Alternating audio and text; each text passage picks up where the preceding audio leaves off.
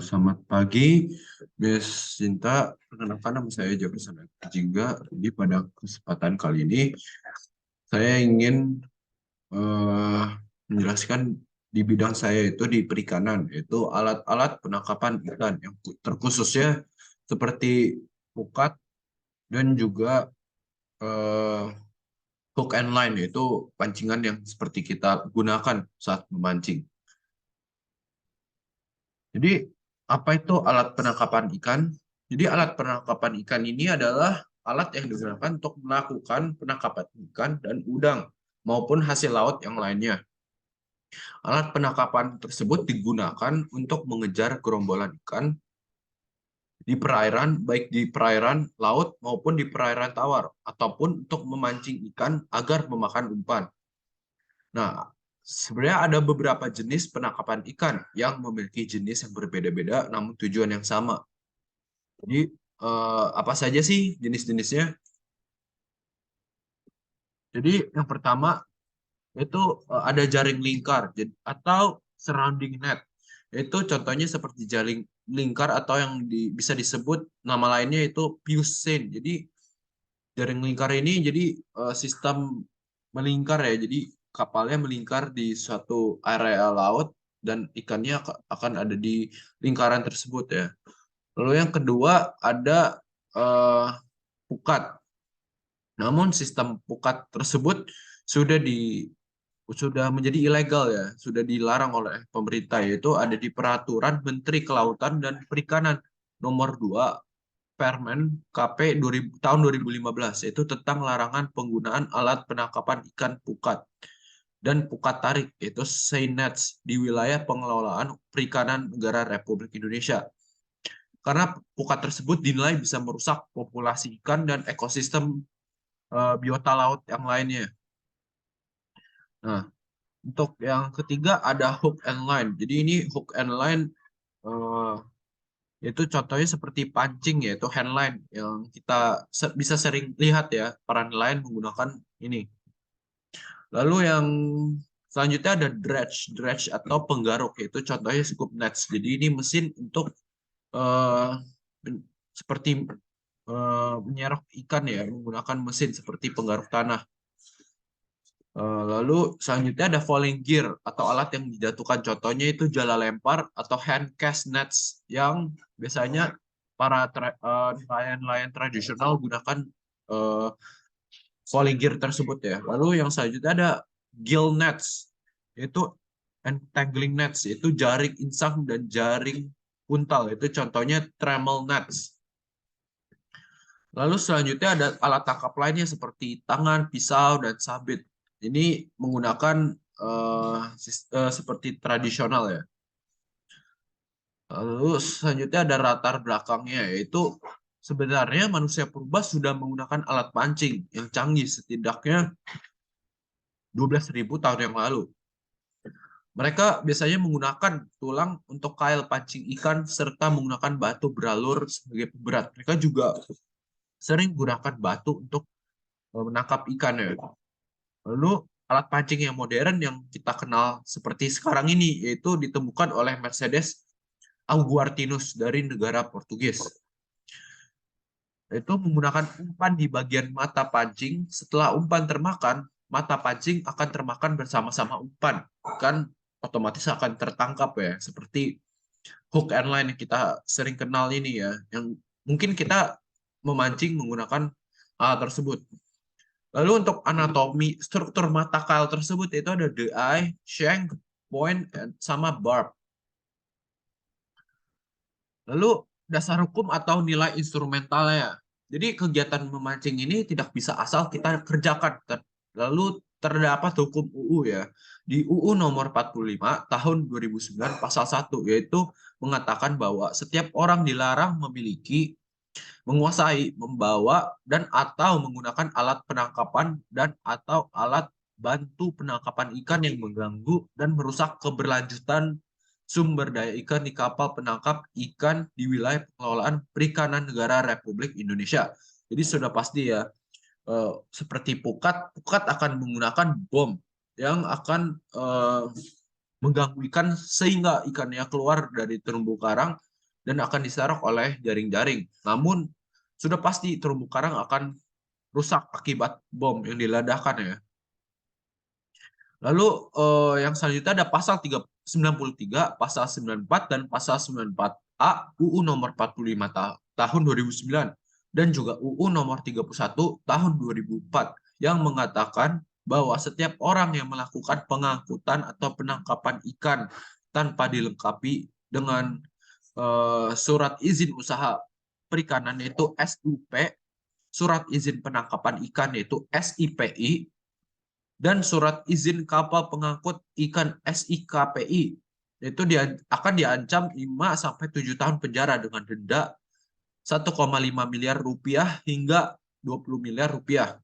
Lalu selanjutnya itu adapun bagi nakoda yang tidak memiliki surat izin berlayar namun mengendarai kapal pengangkutan dan penangkapan ikan, maka diancam pidana penjara 1 tahun dengan denda 200 juta rupiah.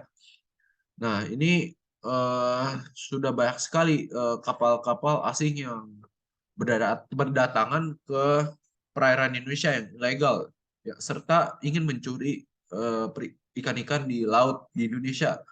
Dah jarang kita melihat berita bahwa kapal-kapal tersebut ditenggelamkan ya. Lalu selanjutnya itu dampak positif dari alat-alat tersebut. Itu pertama hasil tangkapan. Sudah pasti ya keuntungan pertama, yaitu meningkatnya hasil tangkapan dan hasil lautnya pasti akan meningkat akibat dari perkembangan teknologi dalam alat pancing. Terus selanjutnya ada pekerjaan yang dimudahkan. Itu dengan adanya bantuan dari alat pancing yang semakin canggih, maka pekerjaan nelayan dalam menangkap ikan semakin dimudahkan dan tidak ribet ya seperti zaman dahulu. Lalu selanjutnya ada meningkatkan produktivitas kemaritiman.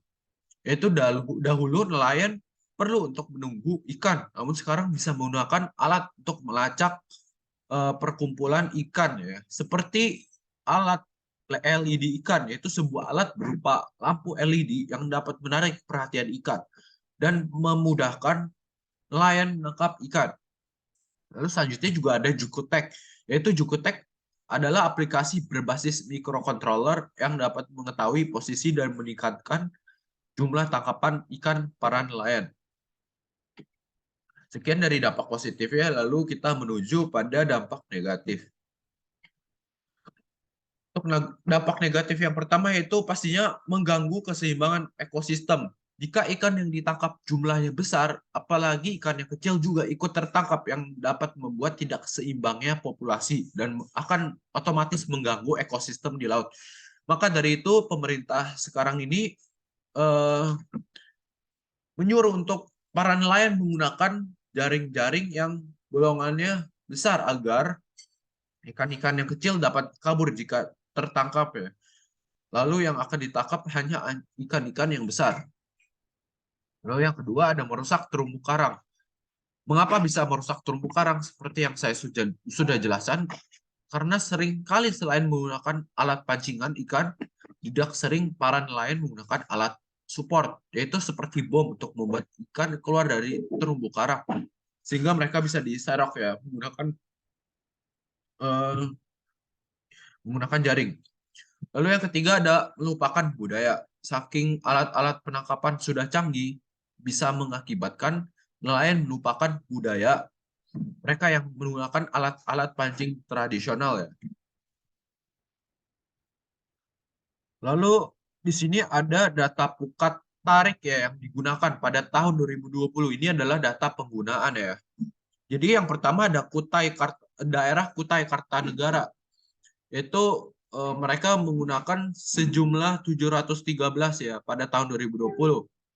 Untuk Kutai Timur mereka menggunakan 128 buah ya pada tahun 2020 juga.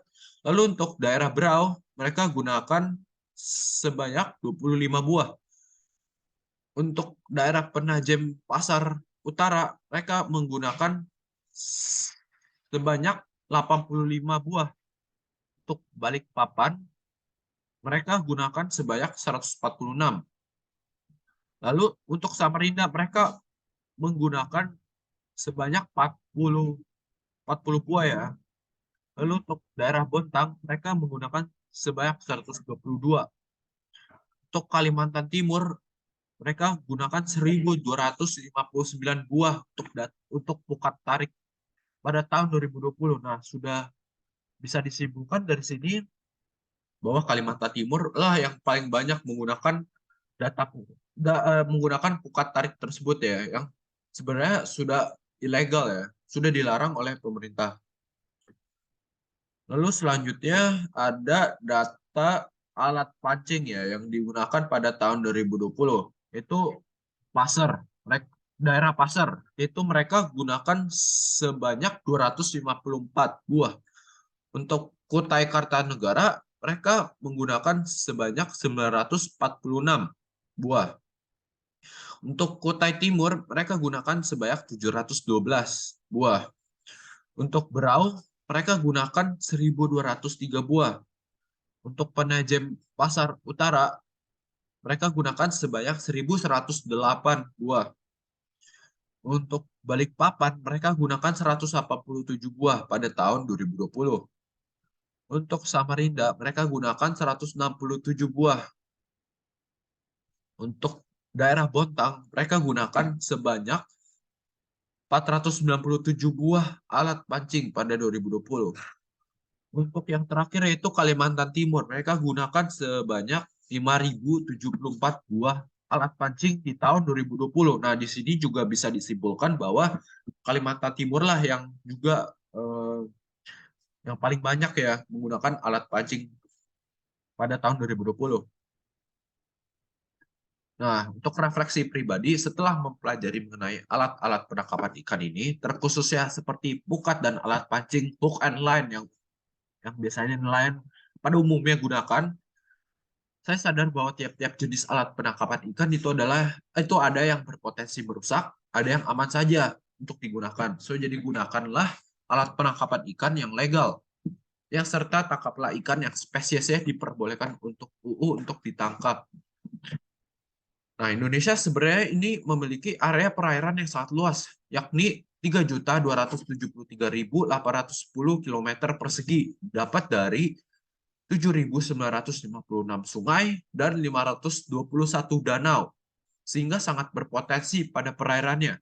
Maka dari itu gunakanlah anugerah yang diberikan oleh Allah sebijak-bijaknya. Sekian dari presentasi saya. Terima kasih Miss Sinta untuk mendengarkan presentasi saya. Jadi ini adalah sumber informasi yang saya gunakan untuk presentasi di bidang perikanan ini.